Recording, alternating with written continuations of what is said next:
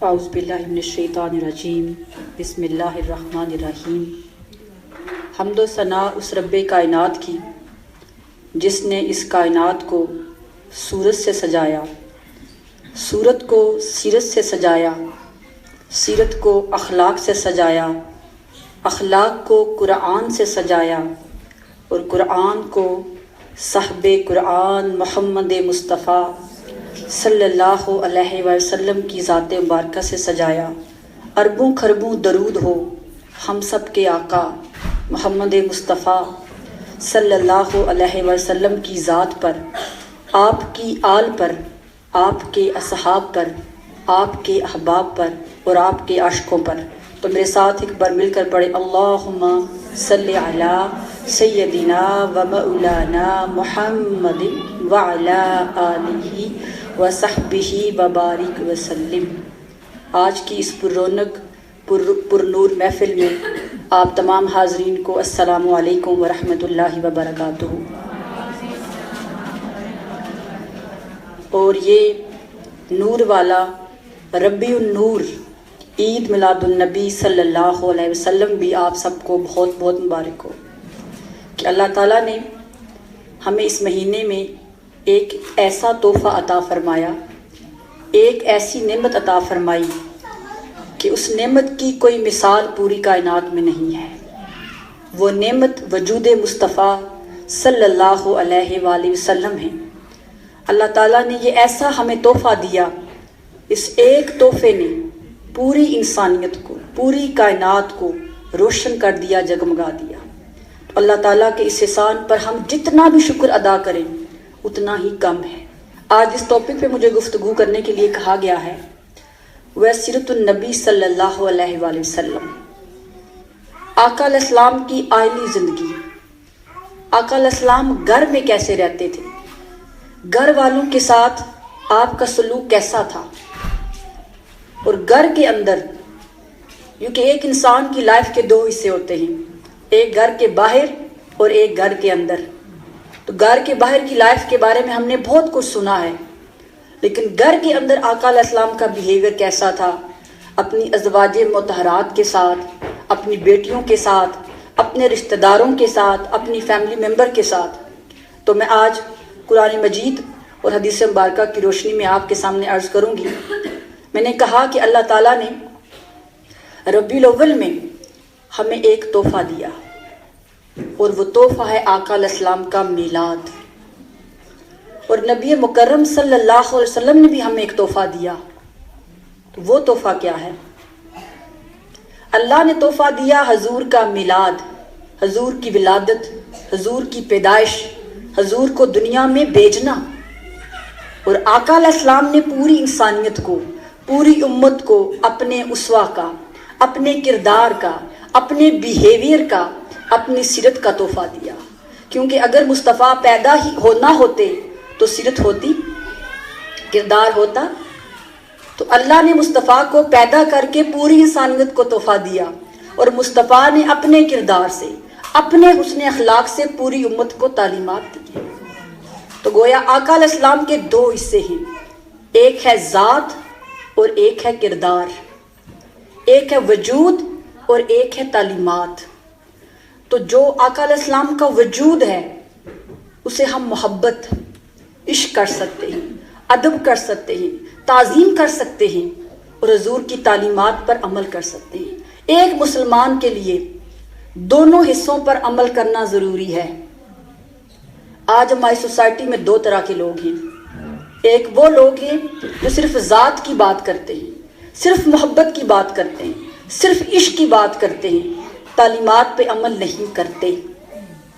دوسری طرف وہ لوگ ہیں جو صرف تعلیمات کی بات کرتے ہیں، حضور کی سیرت کو اپناؤ، حضور کی سنت کو فالو کرو، لیکن جب محبت کی بات آتی ہے، جب حضور کے ادب کی بات آتی ہے، جب حضور کے مقام کی بات آتی ہے، آقا علیہ السلام کی عظمت کی بات آتی ہے، تو وہ کہتے ہیں یہ شرک اور بدعت ہے۔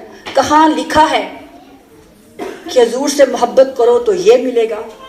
وہ یہ جواز دیتے ہیں کہ حضور کی تعلیمات پر عمل کرو، یہی محبت ہے۔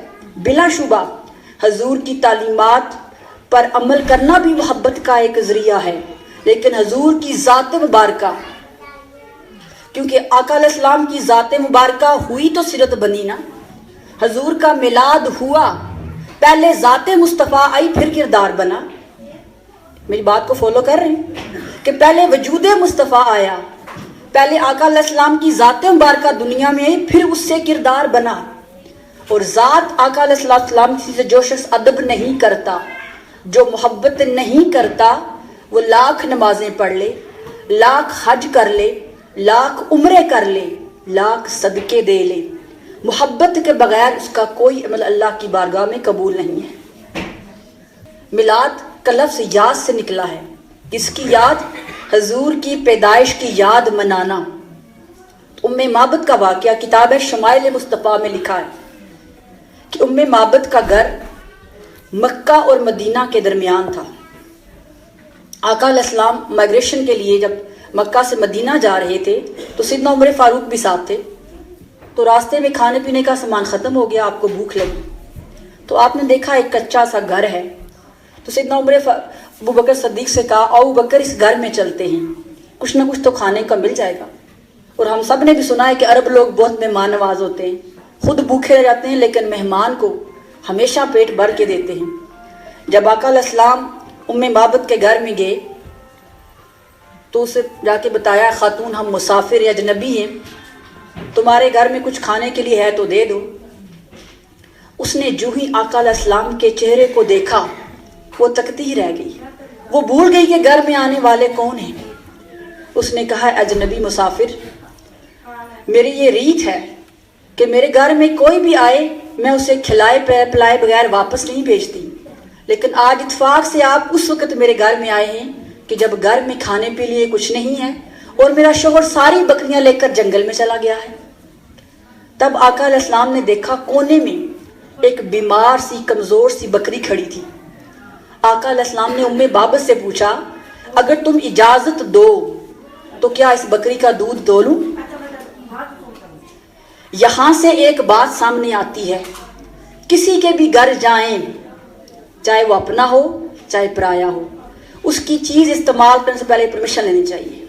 حضور نے بھی تو ایسا ہی کیا نا، حضور تو سلطان کائنات ہیں، آپ چاہتے تو حکم دیتے، کہتے تو بکری لے کر آؤ دودھ دونا ہے، لیکن آقا علیہ السلام نے کہ الفاظ حدیث میں لکھا اگر تم اجازت دو تو کیا اس بکری کا دودھ دو لوں؟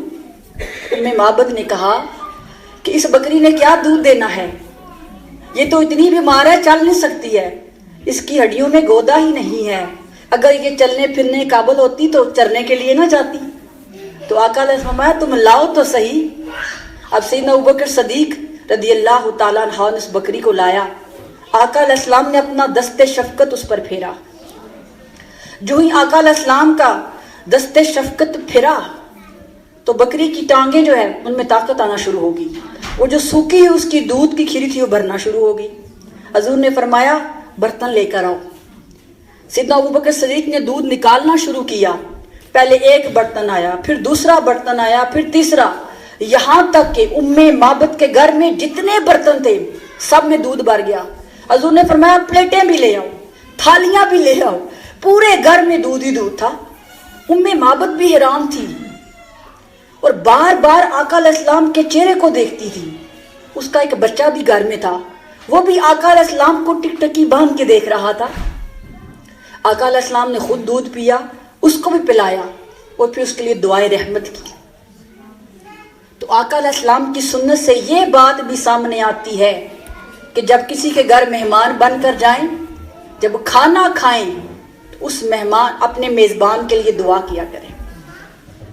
تو آقا علیہ السلام نے اس کے لیے دعا فرمائی، تھوڑی دیر وہاں پہ رکے اور واپس آ گئے۔ جب شام ہوئی تو ام معبد کا جو ہسبینڈ تھا وہ گھر آیا، گھر آتے ساتھ اس نے پوچھا ام معبد کیا آج ہمارے گھر میں کوئی آیا تھا؟ اس نے کہا تمہیں کیسے پتا چلا، تم تو گھر پہ تھے ہی نہیں۔ اس نے کہا جب میں آ رہا تھا میں نے دور سے دیکھا کہ میرا یہ مٹی کا ٹھیلا، یہ مٹی کا گھر سارا نور سے جگمگا رہا تھا، اتنی روشنی پہلے میں نے کبھی اپنے گھر میں نہیں دیکھی جو آج دیکھی ہے۔ تب ام معبد، چونکہ آقا علیہ السلام کے چہرے کا نور ہی اتنا تھا، اس چہرے سے محبت اتنی ہو گئی کہ حضور کا نام پوچھنا بھول گئے کہ آپ کون ہیں، بس دیکھتے ہی رہے، تکتے ہی رہے۔ تو اس نے کہا، اپنے پاس سے اس نے حضور کا نام رکھ لیا۔ اس نے کہا، اے ابا معبد، آج ہمارے گھر میں مبارک آیا تھا۔ اس نے کہا، اچھا بتاؤ وہ کیسا تھا؟ پھر اس گھر میں حضور کی باتیں چلنا شروع ہو گئی۔ بچہ کہتا، ماما پہلے میں بتاؤں گا کہ مبارک کیسا تھا۔ معبد کہتی، نہیں پہلے میں بتاؤں گی۔ تو معبد نے اپنے ہسبینڈ کو جو آقا علیہ السلام کا تعارف کرایا، اس نے کہا، اے ابا ماد، میں نے آج سے پہلے کبھی اتنا حسین چہرہ دیکھا ہی نہیں۔ اس آنے والے مسافر کا چہرہ اتنا پر نور تھا، اتنا حسین تھا، لگتا تھا آسمان سے ستارے ٹوٹ کر زمین پہ آ گئے ہیں۔ اور اے ابا ماد، جب وہ گفتگو کرتا تھا، اس کی گفتگو ایسے محسوس ہوتی جیسے پھول جڑ رہے ہوں۔ اب ایک دن گزر گیا، دوسرے دن جب وہ بکریاں چرانے کے لیے جانے لگا تو کہنے لگا، معبد، اب میں دور بکریاں لے کر نہیں جاؤں گا، ہو سکتا ہے مبارک دوبارہ ہمارے گھر میں آ جائے، اور ایسا کرنا جب وہ ہمارے گھر میں تو مجھے فوراً بلا لینا۔ اس نے کہا، بکریاں چرانے جاؤ تو صحیح، بلا لوں گی۔ دوسرے دن پھر واپس آیا، پھر آ کے کہنے لگا بیٹے سے، اچھا تم بتاؤ مبارک کیسا تھا؟ تو بچے نے پھر آقا علیہ السلام کی وہ گوری گوری رنگت، وہ محبت والی ادائیں، پھر بکری کے پہ اوپر ہاتھ پھیرنا بتایا۔ تو ہر روز حضور کا ذکر اس گھر میں ہوتا، ہر روز ابا ماد آتا اور آتے ساتھ کہتا، مجھے مبارک کی باتیں سناؤ۔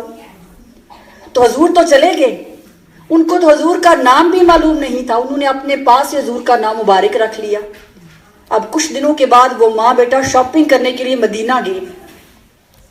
شاپنگ کر رہے تھے کہ بچے کی نگاہ سیدنا ابوبکر صدیق پر پڑی۔ جب اس نے سیدنا ابوبکر صدیق کو دیکھا، کہنے لگا، امی وہ دیکھو مبارک کا دوست جا رہا ہے۔ دونوں ماں بیٹے نے شاپنگ چھوڑی اور سیدنا ابوبکر صدیق کے پیچھے بھاگنا شروع کر دیا۔ جب سیدنا ابوبکر صدیق کے پاس گئے تو بچے نے پوچھا، کہا مبارک کدھر ہے؟ تو سیدنا ابوبکر صدیق نے کہا، کون مبارک؟ میں تو کسی مبارک کو نہیں جانتا۔ تب بچے نے کہا، یاد کرو کچھ دن پہلے ہمارے گھر ایک مبارک کو لے کر نہیں آئے تھے، جنہوں نے بکری کے ساتھ ہاتھ پھیرا تھا تو دودھ آ گیا تھا۔ آپ نے فرمایا، اچھا چلو پھر ان کے ساتھ۔ تو وہ بچہ بھی اس کی ماں بھی سیدنا ابوبکر صدیق کے ساتھ گئے تو آقا اسلام مسجد نبوی کے صحن میں بیٹھے تھے۔ جو ہی انہوں نے آقا علیہ السلام کو دیکھا تو بچے نے کہا، امی وہ دیکھو مبارک بیٹھے ہوئے ہیں۔ تو دونوں ماں بیٹا جب آقا علیہ السلام کے پاس گئے تو پوچھا، آپ کون ہیں؟ اب پوچھا کہ آپ کون ہیں، پھر اپنی کیفیات بتائیں کہ جب سے آپ نے ہمارے گھر کا چکر لگایا ہماری تو نیندیں ہی اڑ گئی ہیں، جب تک آپ کا ذکر نہیں کرتے سکون نہیں آتا، بتائیں کون ہیں۔ تب آقا علیہ السلام نے فرمایا، مجھے محمد کہتے ہیں صلی اللہ علیہ وسلم، میں اللہ کا نبی ہوں۔ اسی وقت دونوں ماں بیٹا بغیر کوئی دلیل مانگے، بغیر کوئی ریفرنس مانگے، بغیر کوئی شلڈر مانگے، اسی وقت آقا علیہ السلام کے ہاتھ پر کلمہ پڑا، مسلمان ہو گئے۔ اس کے بعد وہ دونوں گھر آئے، شاپنگ کر کے گھر آ گئے۔ جب اس کا ہسبینڈ ابا معبد واپس آیا، پھر گھر روشن تھا، تو آتے ساتھ اس نے شکوہ کیا کہ آج مبارک ہمارے گھر میں آیا تھا، تم نے مجھے بلایا ہی نہیں۔ تو معبد نے کہا، آج مبارک نہیں آیا تھا، ہم اس کے پاس گئے تھے۔ تو پھر اس نے پوچھا کہ ان کا ایڈریس کدھر ہے۔ وہ ساری رات معبد کا ہسبینڈ جاگتا رہا کہ صبح ہوگی تو جا کر میں بھی ان کا کلمہ پڑھ کر امتی بن جاؤں گا۔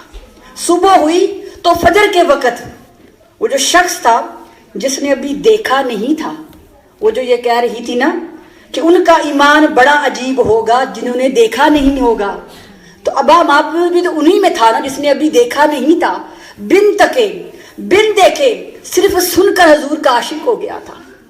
تو فجر کی نماز آقا علیہ السلام پڑھ رہے تھے تو مسجد نبوی میں چلا گیا، اور جو ہی اس نے آقا علیہ السلام کو اپنی آنکھوں سے دیکھا تو کہنے لگا، معبد تو نے جو کہا وہ سچ کہا، لیکن تو نے صحیح نہیں بتایا، یہ تو تمہارے بیان سے بہت اوپر ہے، ان کی رنگت تو تمہارے بیان کرنے سے بہت اوپر ہے۔ اور پھر اس نے جا کر بھی آقا علیہ السلام سے کلمہ پڑھ کر اسلام قبول کر لیا۔ وہ کیا چیز تھی؟ وہ حضور کی ذات تھی، وہ حضور کی ذات کا جلوہ تھا، وہ آپ کے چہرے کا نور تھا، وہ آپ کی گفتگو کی چاشنی تھی کہ جس نے ان عرب کے بدوؤں کو، ان ان سویلائزڈ لوگوں کو اپنا امتی بنا دیا، اپنا گرویدہ کر لیا۔ تو ہم سب بڑے خوش نصیب ہیں۔ جب میں یہ بات کہتی ہوں نا کہ ہم بڑے خوش نصیب ہیں کہ اللہ تعالیٰ نے ہمیں اپنے محبوب کی امت کے لیے چنا ہے۔ ارے انبیاء کرام آقا علیہ السلام کا امتی بننے کے لیے، قرآن کھول کر دیکھیں، سیدنا ابراہیم علیہ السلام نے جب کعبہ تعمیر کیا اور کہا باری تعالیٰ ربنا وابعث فیہم رسولا، اے باری تعالیٰ اس آخری رسول کو تو نے کب بھیجنا ہے؟ باری تعالیٰ میری اولاد سے بھیجے گا، یہ تو نے مجھ سے وعدہ کیا ہے، لیکن میں بھی تو اسے دیکھنا چاہتا ہوں جس کے تذکرے تو نے آسمانوں پر زمینوں پر ہر جگہ کر رکھے ہیں۔ باری تعالیٰ میں بھی تو دیکھوں وہ کیسا ہے۔ تب اللہ نے فرمایا ابراہیم وہ سب سے آخر میں آئے گا، وہ آخری نبی ہوگا، خاتم النبیین ہوگا، لیکن وعدہ کرتا ہوں ہوگا تیری نسل سے۔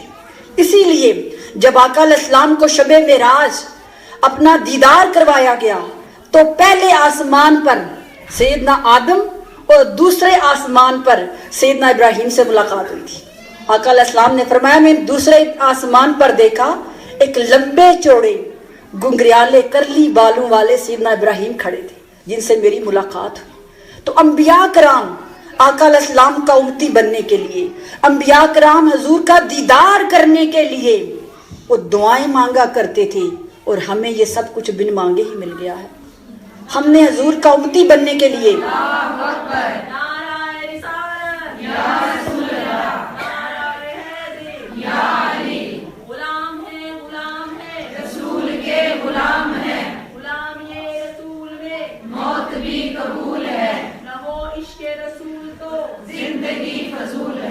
تو ہم نے حضور کا امتی بننے کے لیے کچھ بھی نہیں کیا۔ ہمیں یہ نعمت، یہ خوش نصیبی بیٹھے بٹھائے مل گئی ہے، اس لیے آج ہمیں اس کی قدر نہیں ہے۔ خوش نصیب ہیں وہ لوگ جو اس نسبت کی قدر کرتے ہیں، کیونکہ یہ نسبت جس نے ہمیں ایمان کی روشنی دی، یہی نسبت قیامت کے دن اللہ تعالیٰ کی بارگاہ میں ہماری شفاعت بھی کرائے گی۔ اس نسبت سے جڑے رہیں، اس نسبت کو، نور مصطفیٰ کو، عشق مصطفیٰ کو، ادب مصطفیٰ کو اپنے سینوں میں روشن رکھیں۔ یہ ایسی روشنی ہے جو ہمارے چہرے بھی روشن رکھے گی، ہماری آخرت بھی روشن رکھے گی۔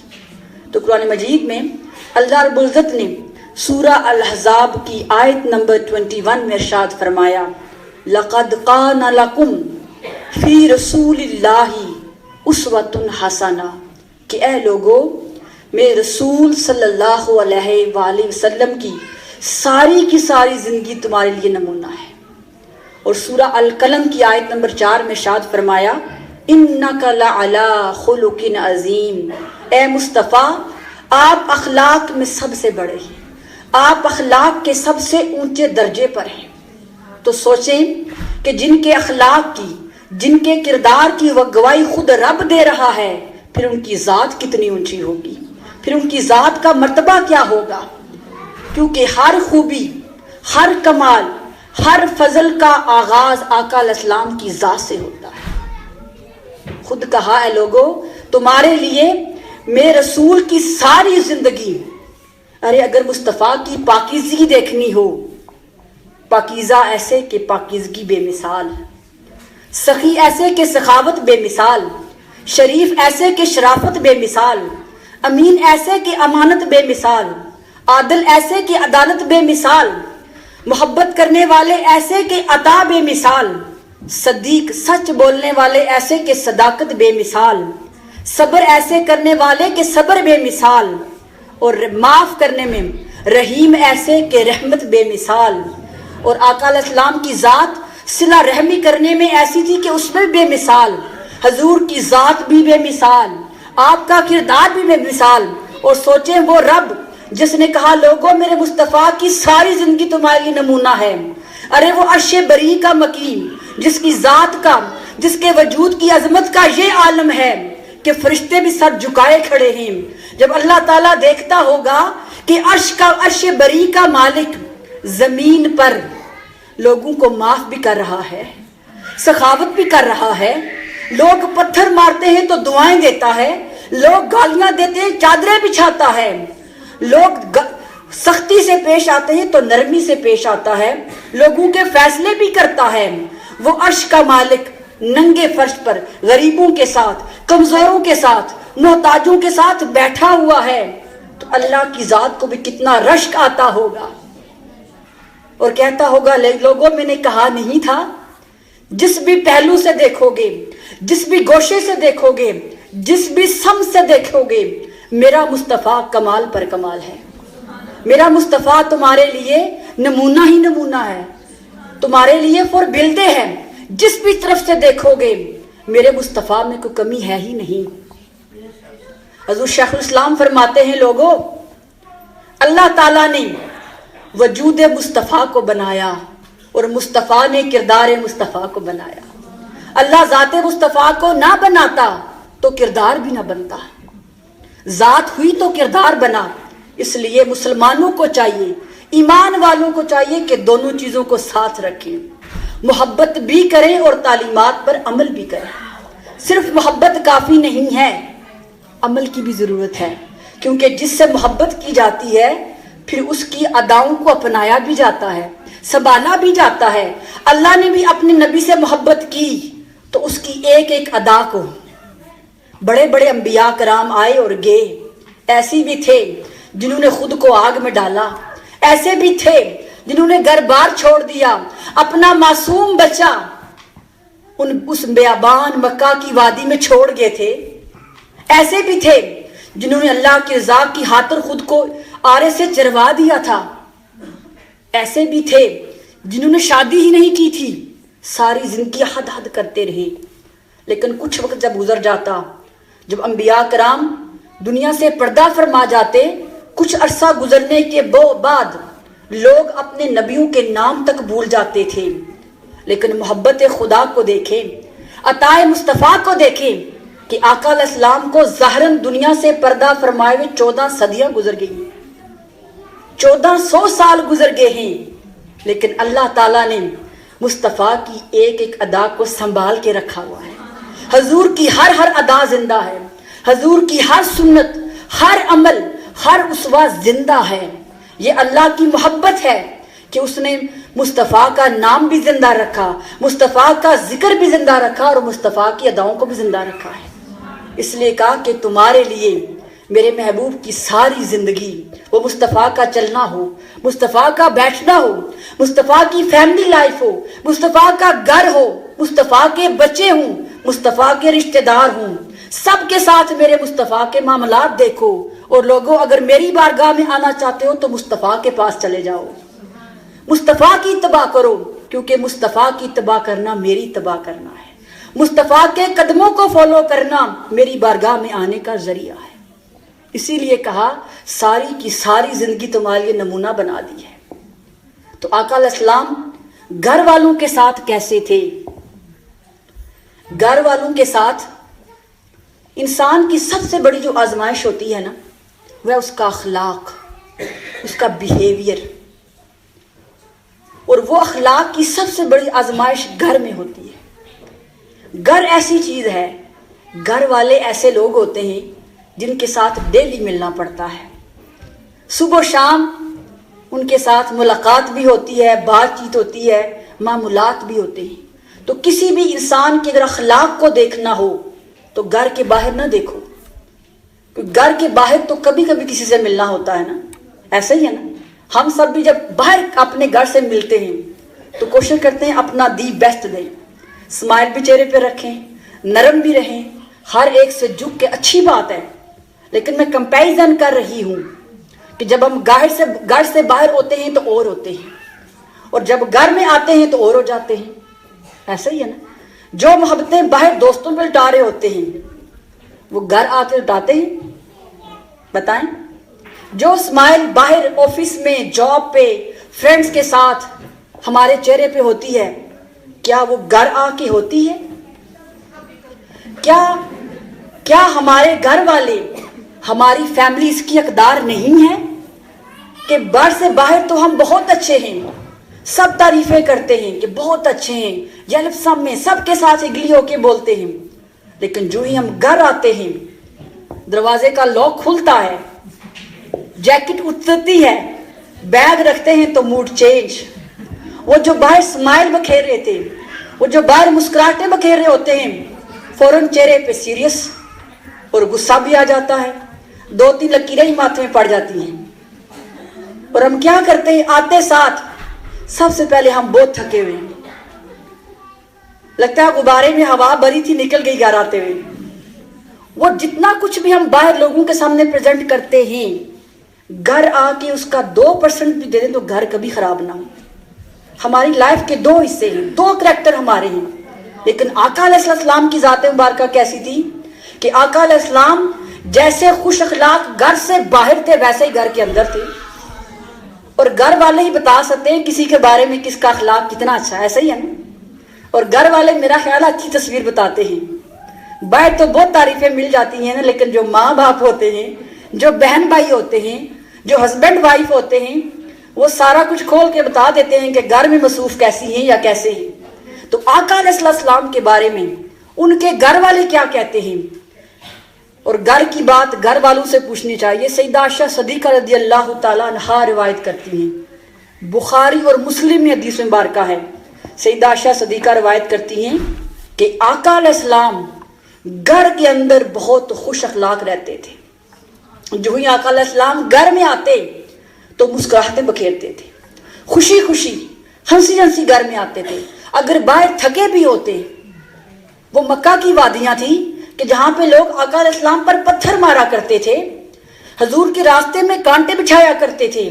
لیکن جب آقا علیہ السلام جو ہی گھر آتے تو باہر کی ساری پریشانیاں, ساری تھکاوٹیں, سارے دکھ درد بھول کر جب حضور گھر میں آتے تھے تو پھر گھر والوں کے لیے خوشیاں دینے والے, مسکراہٹیں بکھیرنے والے اور نرم دل بن جایا کرتے تھے. اس عمل کو آج امت کو اپنانا چاہیے. اور حضور کی جو سیرت ہے, جو حضور نے کوئی بھی عمل کیا ہے, وہ عورتوں اور مردوں امت میں سے ہر ایک کے لیے اس کو فالو کرنا ضروری ہے. جب میں حضور کی ذات کی مثال دوں گی تو یہ نہ سوچے گا کہ حضور تو ہسبینڈ تھے اس لیے ہمارے ہسبینڈ کو فالو کرنا چاہیے. حضور کی ذات سب کے لیے, عورتوں, مردوں, بچوں, بوڑھوں, جوانوں, ہر کسی کے لیے قابل عمل ہے. تو حضور گھر میں آتے تو محبتیں بکھیرتے. اور ہر روز عصر کے وقت کا ٹائم, کیونکہ آقا علیہ السلام پر جو نبوت کی ذمہ داری تھی, یہ جاب ایسی تھی کہ ہر وقت آقا علیہ السلام کو فکر رہتی تھی, ہر وقت اس جاب میں مصروف رہتے تھے. لیکن عصر کا ٹائم آقا علیہ السلام نے اپنی فیملی کے لیے مخصوص رکھا ہوا تھا. جب گھر آتے, سیدہ عائشہ صدیقہ ہی روایت کرتی ہیں, اور آپ کو معلوم ہے کہ آقا علیہ السلام کی 11 بیویاں تھیں. کتنی؟ 11. 9 تو ایٹ اے ٹائم آقا علیہ السلام کے ساتھ موجود تھی, اور 9 کے اپنے اپنے گھر تھے. اور یہ بھی دیکھیں کہ وہ 11 بیویاں 11 خاندانوں سے تھی. کچھ قریشی تھیں اور کچھ غیر برادری کی تھیں, اور کچھ تو عربی بھی نہیں تھی, کسی یہودی کی کوئی بیٹی تھی. ایسا ہی ہے نا, کوئی کسی قبیلے کے ہیڈ کی بیٹی تھی, کوئی امیر تھی, کوئی غریب تھی, کوئی ایج میں چھوٹی تھی, کوئی ایج میں بڑی تھی.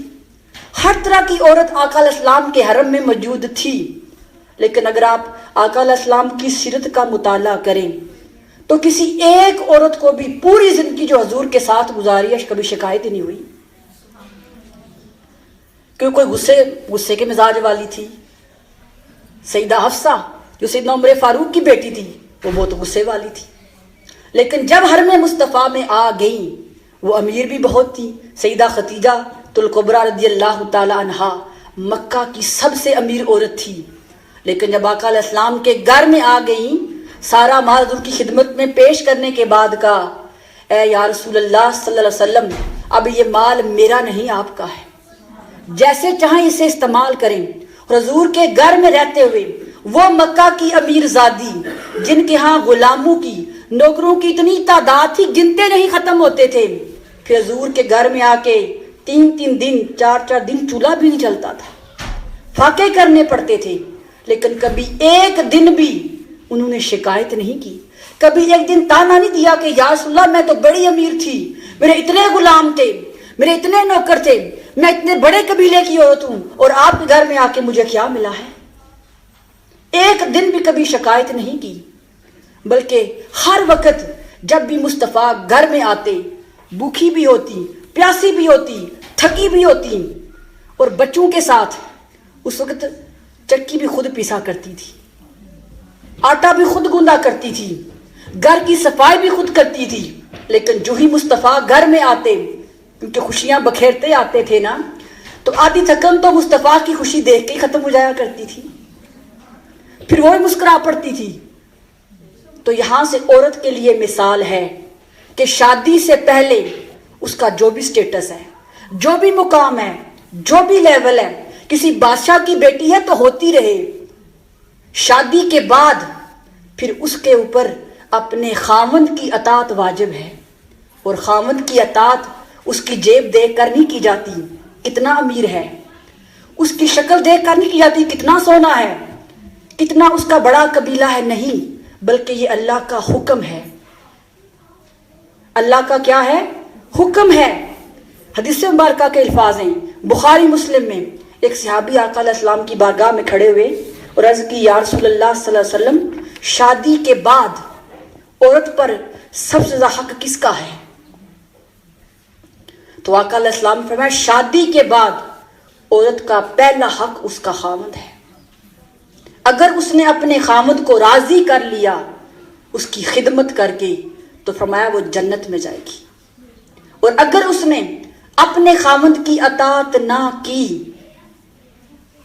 تو فرمایا وہ دوزخ میں جائے گی۔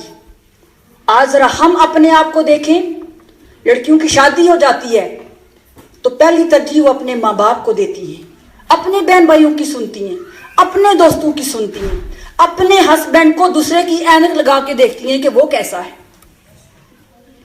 وہ چیک کرتی ہیں فلاں کا ہسبینڈ کیسا ہے، میری بہن کا ہسبینڈ تو ایسا ہے۔ بتائیں کیا ہم ایسا نہیں کرتے؟ ہم ہر رائے اپنے ماں باپ سے لیتے ہیں، بلا شبہ ان کی رائے لینا ٹھیک ہے، لیکن وہ اپنی زندگی ہم سے 20-40 سال پہلے گزار چکے، ان کے تجربات اور تھے، آج کا دور اور ہے، ان سے رائے ضرور لیں۔ لیکن شریعت کیا کہتی ہے کہ رائے کی جب باری آئے تو خاوند کا جو حق ہے وہ پہلا ہے۔ اور پھر دوسری حدیث مبارکہ میں آقا علیہ السلام نے فرمایا کہ جب میں شب معراج جنت کی سیر کروائی گی، دوزخ کی سیر کروائی گی، تو وہاں میں نے دوزخ میں عورتوں کی تعداد زیادہ دیکھی۔ تو صحابہ کا پوچھا، یا رسول اللہ ایسی کیا وجہ ہے؟ کیا عورتیں عبادت گزار کم ہیں؟ فرمایا نہیں، بہت عبادت گزار ہیں، بہت روزے رکھتی ہیں، میلاد پر بھی زیادہ عورتیں ہی جاتی ہیں، درود بھی زیادہ عورتیں ہی پڑھتی ہیں، مال زیادہ عورتیں خرچ کرتی ہیں۔ لیکن فرمایا اگر 2 عادتیں عورتوں میں نہ ہوں تو وہ جنتی ہیں۔ وہ کیا 2 عورتیں، 2 خصلتیں، 2 عادتیں کیا ہیں؟ نمبر 1، لان تان کرنا، بات بات پر تانے دینا۔ فرمایا بہت سی عورتوں کو میں دوزخ میں دیکھا جو عبادت گزار بھی تھی، روزے دار بھی تھی، راتوں کو جاگنے والی بھی تھی، اللہ کی راہ میں مال خرچ کرنے والی بھی تھی، لیکن ایک عادت بری تھی، تانے بہت دیتی تھی۔ اب تانے ماں باپ کو تو ان لوگ دیتے نا، شادی کے بعد ماں باپ کو دیتا ہے تانے، بہت کم لوگ ہوتے ہوں گے۔ سارے تانے کس کو ملتے ہیں؟ ہسبینڈ کو، چھوٹی چھوٹی بات پر، یہ نہیں کیا، وہ نہیں کیا، ایسا کیوں کیا۔ میں یہ نہیں کہتے کہ ہسبینڈ کوئی دودھ کے دلے میں، ان میں بھی غلطیاں ہوتی ہیں، گلے شکوے ہو جاتے ہیں، لیکن خواتین کے اندر یہ بیماری زیادہ ہے مردوں کی نسبت، کہ تھوڑی سی کمی آ جائے تو پچھلی ساری کمیاں گن کے بتاتی ہیں، فلاں موقع پہ یہ ہوا تھا، فلاں پہ یہ ہوا تھا، وہ سارا ریکارڈ جو اریز نہیں کرتی اس کو یاد رکھتی ہیں۔ اس لیے فرمایا تانے دینے والی، لان تان کرنے والی عورت کی بخشش نہیں ہے۔ دوسرا فرمایا اپنے خاوند کی ناشکری کرنے والی۔ ناشکری کیا ہوتی ہے؟ سب کچھ پاس ہے لیکن فرنوئد نہیں ہے، مطمئن نہیں ہے، اور چاہیے، اور مل بھی جائے یہ اچھا نہیں ہے۔ ایسا کرتی ہیں نا خواتین، اگر ہسبینڈ بیچارہ کہیں شاپنگ کر کے لے ہی آئے تو پھر کتنے کیڑے نکلتے ہیں، یہ فلاں مارکے کا نہیں ہے، میں مثال دے رہی ہوں، اس میں ہم سب آتے ہیں۔ تو آقا علیہ السلام فرمایا اگر یہ دو عادتیں اس کے اندر نہ ہوں تو عورت جنتی ہے۔ اور پھر سیدنا ام سلمہ روایت کرتی ہیں کہ آقا علیہ السلام نے فرمایا کوئی عورت اگر اس حالت میں فوت ہو کہ اس کا خاوند اس سے راضی ہو، یاد رکھیں دنیا کا سب سے نازک ترین اور مشکل ترین رشتہ میاں بیوی کا ہے، خوبصورت ترین بھی ہے، نازک ترین بھی ہے اور مشکل بھی ہے۔ آپ پوچھیں گے وہ کیسے؟ وہ ایسے کہ دیکھیں اگر کوئی کسی کا بیٹا ہے، کسی کی بیٹی ہے، کسی کی ماں ہے، کسی کا باپ ہے، کسی کا بھائی ہے، اگر کسی کا بھائی نافرمان ہوتا ہے، اپنی بہنوں کو نہیں پوچھتا، فرض کریں، تو کیا بھائی کا رشتہ ختم ہو جاتا ہے؟ وہ رشتہ بھائی والا رہتا ہے۔ ماں باپ کی اولاد ہوتی ہے، اولاد برے کام کرتی ہے، ماں باپ کو چھوڑ جاتی ہے، ان کو بدنام کرتی ہے، یہ سب کچھ کرنے کے باوجود بھی کیا اولاد اور ماں باپ کا رشتہ ختم ہو جاتا ہے؟ نہیں، وہ رشتہ قائم رہتا ہے۔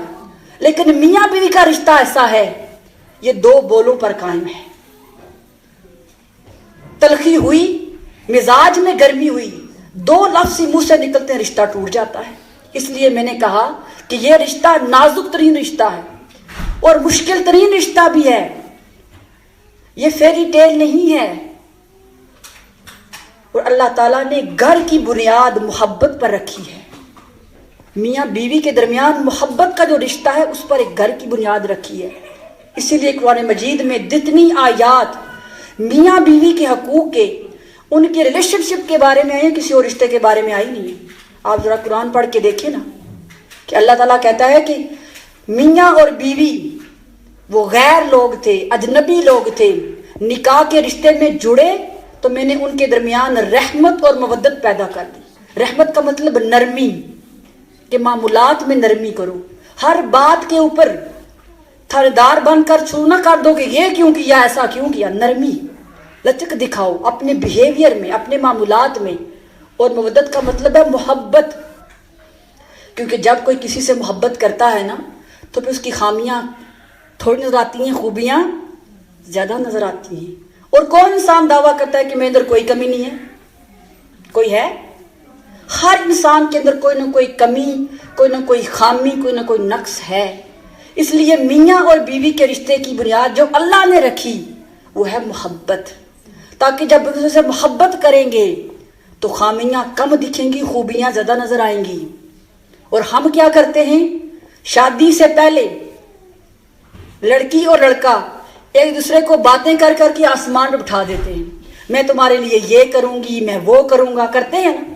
اور جو ہی وہ لڑکی بیاہ کے گھر میں آتی ہے تو سارے خواب خواب رہ جاتے ہیں، سارے وعدے ادھورے جاتے ہیں۔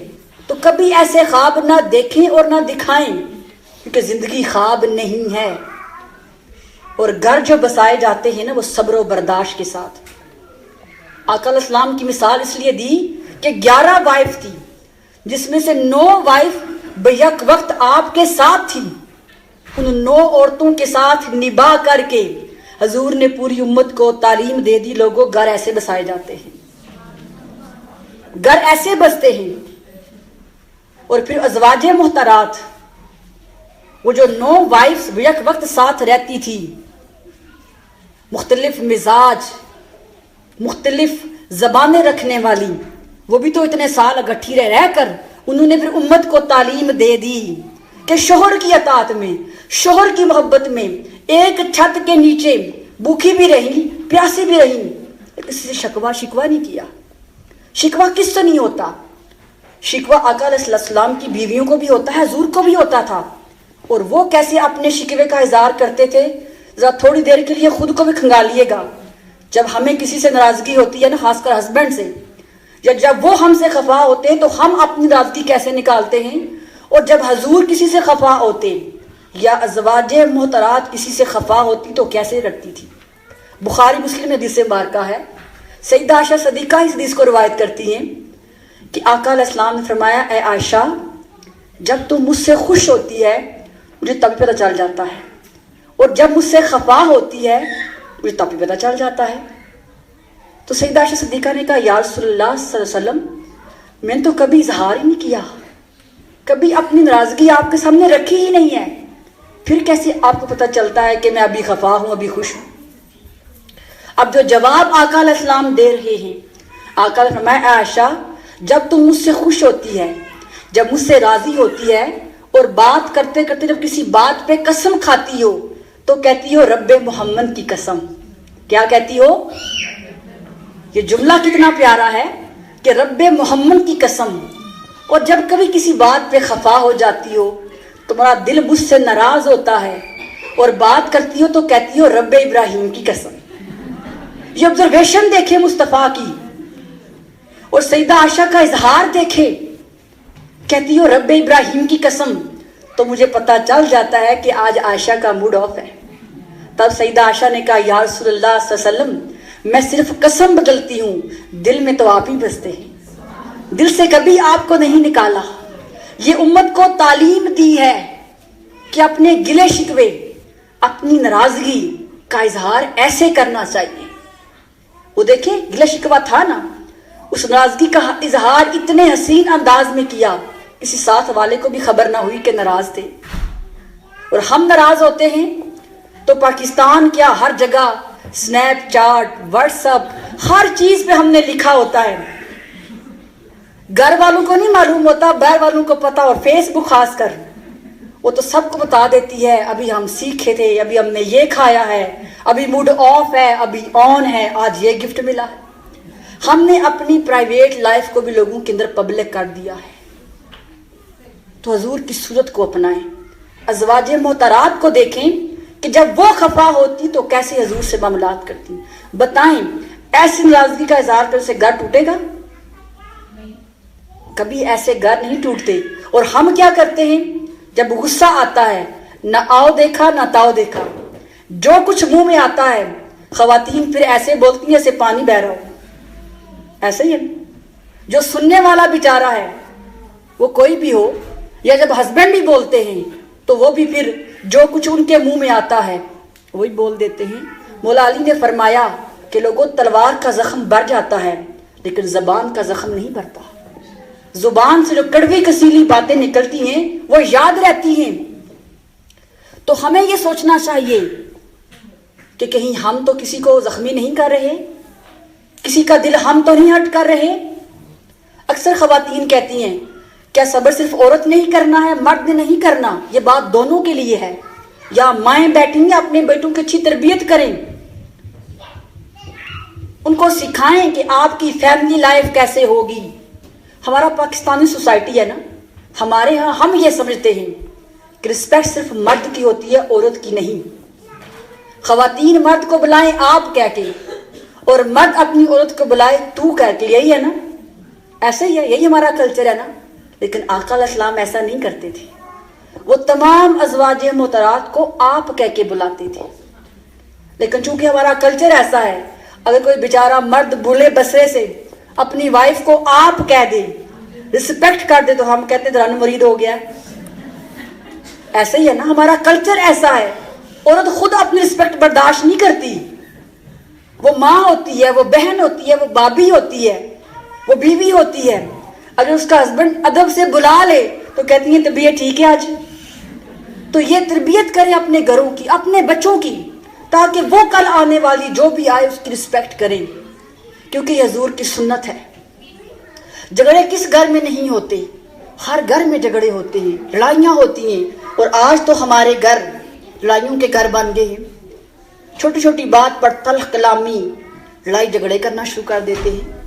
یہ اچھی بات نہیں ہے، کیونکہ اسلام تو جھگڑے ختم کرنے کے لیے آیا تھا، اسلام تو محبتیں بکھیرنے کے لیے آیا تھا، اسلام تو روشنیاں دینے آیا تھا، دلوں کو ملانے آیا تھا۔ آج ہم سب ایک چھت کے نیچے رہتے ہیں لیکن دل جدا جدا ہیں، جسم ساتھ ہیں لیکن دل جدا جدا ہیں۔ کیوں؟ وہ کڑوی کسیلی باتیں، وہ تانے، وہ بات بات پہ روک ٹوک، اس چیز نے ہمارے دلوں سے محبتیں ختم کر دی ہیں۔ ارے آؤ سیرت مصطفیٰ کو دیکھیں۔ حضور کی باری سیدہ سودا کے گھر میں تھی، سب وائفز تک ٹائم ڈیوائیڈ کیا ہوا تھا، اور ہر وائف چاہتی تھی، یہ اس کا حق بھی ہے کہ جب مصطفیٰ میرے پاس ہوں تو صرف میرے ہی پاس ہوں، پھر اور کوئی بھی نہ آئے۔ تو باری سیدہ سودا کی تھی، تو سیدہ عائشہ صدیقہ نے کچھ میٹھا حلوہ یا کھیر تھی وہ بنایا، تو تو ان کے دل میں یہ خیال آیا چونکہ حضور میٹھا پسند کرتے ہیں چلو ان کو دے آتی ہوں.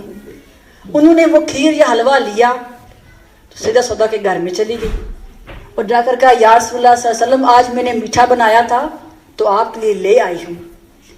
جو حضرت سودا تھی انہیں اچھا نہ لگا کہ آج باری میری ہے اور کھانا وہاں سے آ رہا ہے، لیکن خاموش رہی، کہا کچھ نہیں. اب آقا علیہ السلام بھی کھا رہے ہیں، سیدہ عائشہ بھی ساتھ بیٹھ گئی اسی پلیٹ میں، وہ بھی کھا رہی ہیں. حضرت سودا جو تھی وہ خاموش بیٹھی تھی، وہ نہیں کھا رہی تھی. حضور دیکھ رہے تھے دونوں کا عمل. عائشہ تو خوش تھی نا کہ میں بنا کے لائی ہوں میرے ساتھ کھا رہے ہیں، لیکن چونکہ باری ان کی تھی، ٹائم ان کا تھا، اس لیے وہ اداس تھی، کھا نہیں رہی تھی. سیدہ عائشہ صدیقہ نے کیا کیا کہ کھاتے کھاتے اس کھیر یا حلوے سے ایک انگلی سے حلوہ اٹھایا، حضرت سودا کے منہ پہ مال دیا. حضرت سودا نے جب یہ دیکھا کہ میرے منہ پر حلوہ یا کھیر مل دی ہے تو انہوں نے کہا اے میرے آقا دیکھیں عائشہ نے میرے ساتھ کیا کر دیا ہے. حضور نے دیکھا تو مسکرا پڑے، کہا سودا اللہ فرماتا ہے نیکی کا بدلہ نیکی اور برائی کا بدلہ برائی ہے، تم بھی اس سے بدلہ لے لو. تب حضرت سودا نے کیا کیا کہ وہ جو حلوہ اور کھیر تھی اسے اپنے ہاتھ پہ ملا اور مل کر عائشہ کے چہرے پہ مل دیا. اب جب سیدہ عائشہ کے چہرے پہ دونوں مسکرا پڑی. جو تھوڑی دیر پہلے کا ماحول تھا وہ خوشی بدل گیا. پھر دونوں نے کیا کیا، جب دونوں ہنس رہی تھی تو مصطفیٰ بھی ہنس رہے تھے، دونوں نے وہ کھیر اور حلوہ اٹھا کے آقا علیہ السلام کے چہرے پہ مل دیا. تو تینوں وہاں پر بیٹھ کے مسکرا رہے تھے. دیکھیں تھوڑی دیر پہلے وہ جو خفگی والی، وہ جو اداسی والی، وہ جو پریشانی والی فضا تھی، ایک چھوٹے سے عمل سے، ایک مسکراہٹ سے وہ خوشی میں بدل گئی ہے. تو ہمیں بھی ان چیزوں کو اپنے گھروں میں اپنانے کی ضرورت ہے کہ جب خفگی ہو، جب تنگی ہو، جب غصہ ہو، جب دل تنگ ہو، اس وقت خاموشی اختیار کر لیں. یہ سیدہ سودا کی سنت ہے، یہ حضور کی زوجہ سودا کی سنت ہے کہ دل تو خفا تھا لیکن زبان سے اظہار نہیں کیا، پھر ریوارڈ بھی مل گیا. تو آقا علیہ السلام کی یہ سیرت پوری امت کے لیے نمونہ عمل ہے. پھر ازواج محترات کو دیکھیں تو ساری ازواج محترات آقا علیہ السلام سے بہت محبت کرتی تھی. اتنی محبت کرتی تھی کہ ایک بار آقا علیہ السلام کسی مجلس میں بیٹھے ہوئے تھے، سردی کا موسم تھا، صحابہ میں بیٹھے ہوئے، چادریں اوڑھی ہوئی تھی کہ جبرائیل امین تشریف لائے اور کہا اے اللہ، اے آقا، اللہ تعالیٰ نے آپ کے پاس مجھے ایک کام کے لیے بھیجا ہے. تو آقا علیہ السلام نے پوچھا کیا کام ہے؟ تو جبرائیل امین نے کہا اے آقا، اللہ تعالیٰ نے سیدہ خدیجہ کے لیے سلام بھیجا ہے کہ اللہ کی طرف سے خدیجہ کو سلام دے دیں. آقا علیہ السلام نے پوچھا وہ کیوں؟ تو کہنے لگے اے آقا، اس وقت سخت سردی میں آپ باہر بیٹھے ہیں، وہ گھر میں آپ کے لیے سوپ بنا رہی ہیں اور سوپ کا پیالہ اتنی سردی میں آپ کے لیے لا رہی ہیں. اللہ کو ان کی یہ ادا اتنی پسند آئی ہے اور کہا ہے جاؤ جا کر خدیجہ کو میرا سلام دینا اور کہنا خدیجہ تمہاری اس خدمت کے بدلے میں اللہ پاک نے تمہارے لیے جنت میں موتیوں کا محل بنا دیا ہے. حضور کی خدمت، اپنے خامن کی خدمت کے صلے میں ان کی تکلیف کو سمجھتے ہوئے سردی میں بیٹھے ہوئے ہیں، اتنی فکر کرتی تھی. تو اللہ نے فرمایا اے خدیجہ کو میرا سلام دینا. یہی بات تھی. ان کی محبت کو دیکھ کر حضور بھی سیدہ خدیجہ سے اتنی محبت کرتے تھے کہ جب آپ کا آخری وقت آیا، بہت بیمار تھی، تو حضرت فاطمہ الزہرا رضی اللہ تعالیٰ عنہا کو بھیجا کہ جاؤ اپنے بابا سے کو مجھے اپنی چادر دے دیں. کیا دے دیں؟ اپنی چادر دے دیں. سیدہ فاطمہ آقا علیہ السلام کے پاس گئیں اور کہا بابا، اماں جان کہتی ہیں اپنی چادر دے دیں. تو آقا علیہ السلام نے پوچھا میری چادر کو کیا کرنا ہے؟ سیدہ فاطمہ نے کہا بابا مجھے تو نہیں معلوم چادر کو کیا کرنا ہے، لیکن اماں جان کہہ رہی ہیں کہ آپ کی چادر لے کے آؤں. تو حضور خود سیدہ فاطمہ کے ساتھ آئے، آپ کے گھر میں آئے اور پوچھا اے خدیجہ، آپ نے میری چادر کا کیا کرنا تھا، کیا کرنا ہے؟ تو سیدہ خدیجہ رضی اللہ تعالیٰ عنہا نے کہا آقا مجھے لگ رہا ہے کہ میری زندگی تھوڑی ہی باقی رہ گئی ہے، مجھے نکاحت اور کمزوری اس طرح کی ہے، لگتا ہے چند سانسیں باقی رہ گئی ہیں. آپ کی چادر اس لیے مانگ رہی ہوں، اس چادر کا میں کفن پہن سکوں. جو سنگت جو قربت زندگی میں آپ کے ساتھ تھی، میں چاہتی ہوں مرنے کے بعد بھی وہ میرے ساتھ رہے۔ اس طرح مصطفیٰ کی خوشبو زندگی میں دنیا میں شب و روز مجھے ملتی تھی، جب آپ کی چادر میرا کفن ہوگی تو وہ سنگت تو میرے ساتھ رہے گی۔ تو حضور کی آنکھوں میں آنسو آ گئے۔ کہا خدیجہ تم اس چادر کی بات مانتی ہو، اگر آج محمد سے تم میری جلد مانگتی محمد وہ بھی اتار کے دے دیتے، تم جو مانگتی محمد وہ بھی دے دیتے، یہ تو چادر کی بات ہے۔ تو حضور نے کیسے عطا فرمایا، چونکہ وہ بھی تو محبت کرتی تھی نا، وہ بھی تو اطاعت گزاری کرتی تھی۔ اور ایک بار سیدہ عائشہ فرماتی ہیں کہ آقا علیہ السلام سیدہ خدیجہ کی وفات کے بعد آپ کا ذکر بہت زیادہ کرتے تھے، اور یہاں تک کہ سیدہ خدیجہ کی جو دوستیں تھیں، جو سہیلیاں تھیں، انہیں بھی گفٹ بھیجا کرتے تھے۔ تو آپ کہتی ہیں میں نے مذاقاً کہا اے اللہ کے نبی، آپ کو ابھی تک وہ بوڑھی سرخ بالوں والی عورت بھولی نہیں ہے؟ میں جو اتنی جوان اور باقی خوبصورت آپ کی بیویاں ہیں اور آپ کو وہ بوڑھی عورت بھولی نہیں ہے؟ تب آ کر فرمایا خبردار عائشہ، خدیجہ کے بارے میں بات کر کے مجھے پریشان نہ کرو، تمہیں نہیں معلوم جتنے احسان خدیجہ کے مجھ پر ہیں اتنے کسی کے نہیں ہیں۔ وہ اس وقت مجھ پر ایمان لائی جب مکہ میں مجھے کوئی مانتا ہی نہیں تھا، وہ اس وقت میرے گھر میں آئی جب مکہ کی سب سے امیر ترین عورت تھی، اس نے میرے ساتھ راتیں جاگ کر گزاری ہیں، اس نے میرے بچوں کو پالا، بھوک برداشت کی ہے۔ اے عائشہ، دنیا میں کسی کے احسان اتنے خدیجہ کے مجھ پر ہیں، تو خدیجہ کے بارے میں بات کر کے مجھے تکلیف نہ دو۔ تو یہ کیسے ہوا؟ کیونکہ سیدہ خدیجہ خدمت گزار بیوی تھی، ہر وقت آقا علیہ السلام کی فکر رہتی تھی، یہاں تک کہ ہم نے واقعہ پڑھا نا غار حرا کا، حضور غار حرا میں جایا کرتے تھے، 40 دن وہ غار حرا میں رہتے تھے، تو کھانے پینے کا سامان سیدہ خدیجہ اپنے ہاتھوں سے پیک کرتی تھی، اور جب حضور جانے لگتے تو بار بار کہتی میرے آقا یہ تھوڑے سے ستو ہیں، یہ پانی ہے اسے پی لیجئے گا۔ اور 40 دن وہ گھر میں بیٹھ کے ہر روز مصطفیٰ کا انتظار کرتی تھی، ابھی آتے ہیں ابھی آتے ہیں۔ جب آقا علیہ السلام غار حرا سے واپس آتے، یہ ماؤں کے لیے، یہ بیویوں کے لیے عمل بتا رہی ہوں، جب حضور واپس آتے اور گھر میں آتے تو کیا دیکھتی کہ جو کھانا ساتھ پیک کر کے دیا تھا ویسے کا ویسے واپس آ گیا ہے، جتنا پانی ساتھ دیا تھا حضور نے پیا ہی نہیں، کیونکہ آقا علیہ السلام نے فرمایا تھا لوگوں مجھے میرا رب کھلاتا اور پلاتا ہے، میں اس رزق کا محتاج نہیں ہوں۔ وہ تو اللہ کے جلووں میں جاتے تھے نا، تو وہ ظاہری خوراک نہیں کھاتے تھے، لیکن سیدہ خدیجہ کو پریشانی ہوتی تو وہ کیا کرتی، جب حضور لیٹ جاتے، بستر پر لیٹ جاتے تو کیا کرتی، کبھی حضور کے بازوں پہ ہاتھ پھیرتی، کبھی بازوں کو چیک کرتی، کبھی ٹانگوں کو چیک کرتی، کہیں میرے مصطفیٰ دبلے تو نہیں ہو گئے، جتنا کھانا دیا تھا سارا واپس آ گیا ہے، کہیں کمزور تو نہیں ہو گئے۔ تب آقا علیہ السلام پوچھتے اے خدیجہ کیا کر رہی ہو؟ کہتی یا رسول اللہ صلی اللہ علیہ وسلم سارا کھانا ویسے کا ویسے واپس آ گیا ہے، مجھے لگتا ہے آپ دبلے ہو گئے ہیں۔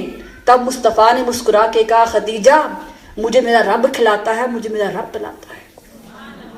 تو یہاں سے ایک بات سامنے آتی ہے کہ عورت جتنی اطاعت گزار ہوگی، جتنی خدمت گزار ہوگی، اتنی جنت اس کے قریب ہوگی۔ یہ سیدہ خدیجہ کا عمل تھا، جانتی سب کچھ تھی لیکن اپنا فرض نبھا رہی تھی۔ اور سیدہ عائشہ صدیقہ رضی اللہ تعالی عنہا کا یہ عمل تھا کہ آقا علیہ السلام کے بالوں میں کنگھی خود کیا کرتی تھی۔ کیا حضور خود نہیں کر سکتے تھے؟ کر سکتے تھے، لیکن ریلیشن شپ کو مضبوط کرنے کے لیے، محبت کو بڑھانے کے لیے حضور اعتکاف میں ہوتے تو اپنا سر مسجد نبوی سے نکال کے حجرہ عائشہ میں رکھ دیتے، اور سیدہ عائشہ صدیقہ رضی اللہ تعالی عنہا حضور کے بالوں میں کنگھی کیا کرتی تھی۔ ارے اس سے بڑھ کر محبت کی کوئی مثال ہے؟ آج اس عمل کو اپنانے کی ضرورت ہے۔ یہاں پر بیٹھی ہوئی کتنی بیویاں ہیں، کسی ایک نے بھی اپنے ہسبینڈ کے سر میں کنگھی کیا مجھے بتائیں؟ ماشاءاللہ بہت اچھی بات ہے، لیکن آج ہم سمجھتے ہیں یہ شرم آتی ہے ہمیں۔ وہ خود بھی کنگھی کر سکتے ہیں، کھانا خود کھا سکتے ہیں، لیکن یہ آقا علیہ السلام کی ازواج محترمات کا عمل ہے، ان کی سنت ہے، کیونکہ خامد کے کام خود کرنے سے محبت بڑھتی ہے۔ سیدہ عائشہ گھر میں خادمہ بھی تھی جو نوکری کرتی تھی، اس کے باوجود عائشہ صدیقہ آقا علیہ السلام کے کام خود کرتی تھی، حضور کے لیے خود آٹا گوندتی، ان کے لیے خود روٹی بناتی، ان کا بستر خود بچھایا کرتی تھی، حضور کے کپڑے خود دھویا کرتی تھی۔ کیوں؟ خادم بھی تھے، نوکر بھی تھے، کسی اور سے کروا سکتی تھی تو نہیں کروایا۔ کیوں؟ کیونکہ وہ امت کے لیے سنت بنانا چاہ رہی تھی، اور دوسرا حضور سے ریلیشن شپ کا بتانا چاہ رہی تھی کہ میاں بیوی کا ریلیشن ایسا ہونا چاہیے۔ اب بہت سی خواتین یہ کہتی ہیں ہم تو کرتے ہیں لیکن ہمارا ہسبینڈ نہیں کرتا۔ دیکھیں، زیادتی کوئی بھی کرے، عورت ہو یا مرد، اسے اللہ تعالیٰ کی بارگاہ میں جواب دینا پڑے گا۔ ہم نہ کریں، ہم پہل نہ کریں، ہم بدلہ نہ لیں، ہم اپنا فرض ادا کرتے رہیں۔ اگر ہم اپنا فرض ادا کرتے رہے، اپنی وفا نبھاتے رہے، تو ہمیں اس کا اجر ملے گا۔ اور اگر دوسرا پارٹنر، چاہے وہ بیوی ہے چاہے وہ ہسبینڈ ہے، اگر وہ اس کا بیہیویئر اچھا نہیں ہے، وہ اچھا سلوک نہیں کرتا، تو اپنے عمل کا وہ جواب دے۔ آسیہ زوجہ فرعون جو نبیہ بھی نہیں تھی، سیدنا موسیٰ علیہ السلام کے زمانے میں تھی، ان کا ذکر قرآن میں آیا ہے کہ زوجۃ صالحہ، نیک بیوی تھی، ہسبینڈ کافر تھا، سزا دیتا تھا، اس کے باوجود بھی اس کی خدمت گزاری کرتی تھی۔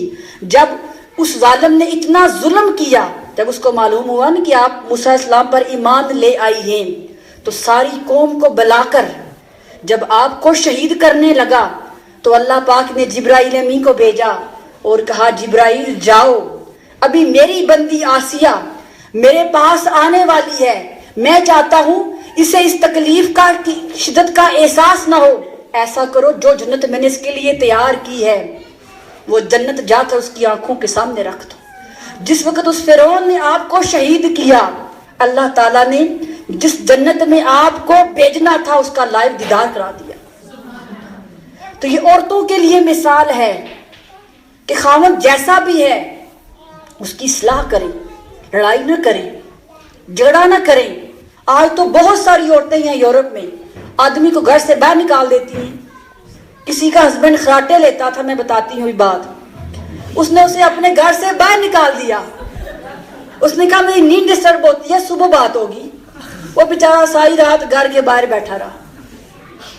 آج ہم یہ بھی کر رہے ہیں، خراٹوں کی وجہ سے گھر سے باہر نکال دیتے ہیں۔ کیا اللہ کو منہ دکھائیں گے؟ کیا ایسی ایجوکیشن کا فائدہ؟ کیا ایسی امیری کا فائدہ؟ ارے شوہر تو بعد میں انسان تو ہے نا، ہم تو انسانیت سے بھی گر گئے ہیں۔ کس اسلام کی ہم بات کرتے ہیں؟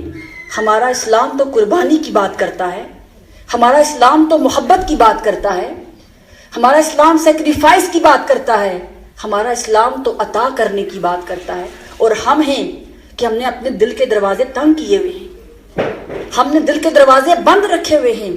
ارے ان بند دروازوں کو اپنوں کے لیے کھولو، ان بند دروازوں کو اپنے گھر والوں کے لیے کھولو، کیونکہ میاں محمد بخش نے کہا تھا چنگی مندی سجنا کولوں سہ باری ہو جاندی۔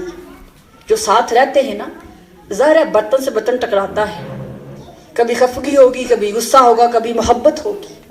تو یہ عورت پر ڈیپینڈ کرتا ہے کہ وہ اپنا گھر کیسے بناتی اور کیسے سنوارتی ہے، کیونکہ بہت کم مرد ایسے ہوتے ہیں۔ مرد کا کام ہے کمانا، گھر بسانا اللہ پاک نے عورت کے اندر ہی گر رکھے ہیں، اس لیے اپنے اندر ان گروں کو نکالیں۔ اور میں آپ کو اپنی مثال دیتی ہوں کہ میں ہاسٹل سے فارغ ہوئی تو میری شادی ہو گئی، مجھے گھریلو کام نہیں آتے تھے، تو میں نے اپنی مدر سے پوچھا کہ امی میں کیا کروں گی؟ انہوں نے کہا بیٹا جو کچھ ہم نے آپ کو دیا ہے، جو کچھ ہم سے لیا ہے، آج وہ دینے کا وقت ہے۔ وہ کیا لیا ہے؟ جو ماں باپ سے محبت لی ہے، جو ماں باپ سے پیار لیا ہے، جو ماں باپ سے کیئر لی ہے، جو ماں باپ سے تربیت لی ہے، اب وہ آپ نے آگے دینی ہے۔ میری ماں بہت پڑھی لکھی نہیں ہے، لیکن انہوں نے ایک ہی جملے میں زندگی کا راز بتا دیا، بیٹا جو کچھ ہم نے آپ کو دیا ہے وہ آپ نے آگے دینا ہے۔ اگر ہر ماں اپنی بیٹی کو یہ تربیت دے کر بھیجے کہ بیٹا آپ نے محبتیں دینی ہے، آپ نے پیار دینا ہے، آپ نے صبر سے رہنا ہے، تو پھر کوئی گھر ٹوٹتا نہیں ہے۔ تو حضور کی صورت، حضور کی سنت کو فالو کرنے والوں کے گھر کبھی ٹوٹتے نہیں ہیں۔ آخری بات کروں گی، یہ ہے تو لطیفہ لیکن اس کے اندر بھی ہمارے لیے میسج ہے۔ ایک شخص تھا، اس کا نام تھا عمران بن حسان۔ شکل کا تھوڑا بیچارہ ماڑا تھا، بدصورت تھا، لیکن بیوی اس کی بہت خوبصورت تھی۔ جب بھی اپنی بیوی کو دیتا کہتا شکر الحمدللہ، شکر الحمدللہ۔ ایک بار اس کی بیوی اس کے سامنے بیٹھی تھی، اس نے اپنے شوہر کو دیکھا اور کہا الحمدللہ۔ یہ پہلا جملہ تھا جو اس شوہر نے اپنی بیوی کے منہ سے سنا۔ وہ ہر وقت تو کہتا شکر اللہ تیرا شکر ہے، تو نے اتنی خوبصورت بیوی دی ہے۔ جب اپنی بیوی کے منہ سے سنا الحمدللہ تو کہنے لگا بتاؤ تم نے کیوں آج الحمدللہ کہا ہے؟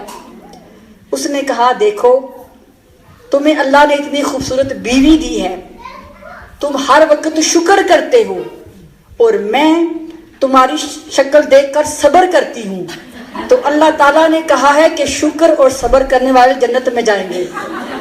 تو ہم دونوں جنتی ہیں، کیونکہ تم شکر کرتے ہو، میں صبر کرتی ہوں، تو صبر اور شکر مل کر دونوں جنت میں جاتے ہیں۔ ہے تو یہ ایک مذاق، لیکن اس کے اندر بھی ایک میسج ہے کہ صبر اور شکر کا راستہ اپنائیں تو زندگی آسان ہو جاتی ہے۔ صبر اور شکر ایسی سواری ہے جو اپنے سوار کو گرنے نہیں دیتی ہے۔ تو آخری بات تھی، میں حدیث مبارکہ سنا رہی تھی، سیدہ ام سلمہ روایت کرتی ہیں کہ آقا علیہ السلام نے فرمایا وہ عورت جو اس حال میں فوت ہو کہ اس کا خامد اس کے لیے راضی ہو، تو اللہ تعالیٰ قیامت کے لیے اس عورت کے لیے جنت کے ساتوں دروازے کھول دے گا اور فرمائے گا جس دروازے سے جانا چاہتی ہو داخل ہو جاؤ۔ اور پھر ساتھ یہ بھی فرمایا اور ایسی عورت اس حالت میں فوت ہو کہ اس کا خامد اس سے ناراض ہو، تو وہ عورت جنت کی خوشبو بھی نہیں پا سکے گی۔ اس لیے آج کی اس محفل کے صدقے، آقا علیہ السلام کی میلاد کے اس محفل کے صدقے ہر کوئی اپنے آپ سے عہد کرے۔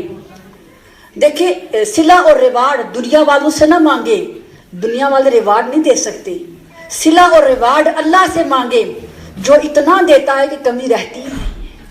تو جو بھی کوئی اچھا عمل اپنی فیملی کے ساتھ کریں، اپنے ہسبینڈ سے کریں، اپنے بچوں سے کریں، ان سے ریوارڈ نہ مانگے کہ وہ ہمیں ریوارڈ دیں گے۔ ارے لوگ کیا ریوارڈ دے سکتے ہیں؟ نہیں دے سکتے۔ اللہ کی رضا کی خاطر مصطفیٰ کی سنت کو سمجھتے ہوئے، آقا علیہ السلام کی بیویوں کی سنت کو سمجھتے ہوئے اس پر عمل کریں، وہ عبادت بھی ہے، اجر بھی ہے اور سکون بھی ہے۔ اللہ تعالی ہمیں توفیق دے کہ ہم حضور کی میلاد کے صدقے اپنے گھروں کے ماحول کو اچھا بنائیں، اپنے گھروں کو جنت بنائیں، اور وہ جنت محبتوں سے، خوشیوں سے، صبر سے اور برداشت سے بنے گی۔ اللہ تعالیٰ سے دعا ہے کہ ہر ایک کو اپنے گھر میں خوشیاں عطا فرمائے، سب کے گھروں کو اللہ پاک بسائے رکھے۔ جیسے مصطفیٰ کا گھر تھا ویسے ہمارے گھر بنا دے، جیسے مصطفیٰ کی بیویاں تھیں ویسے ہم بیویاں بن جائیں، اور جیسے مصطفیٰ کی بیویوں کے شوہر تھے ویسے ہمارے شوہر بن جائیں۔ وما علینا الا البلاغ المبین۔ جزاک اللہ خیر۔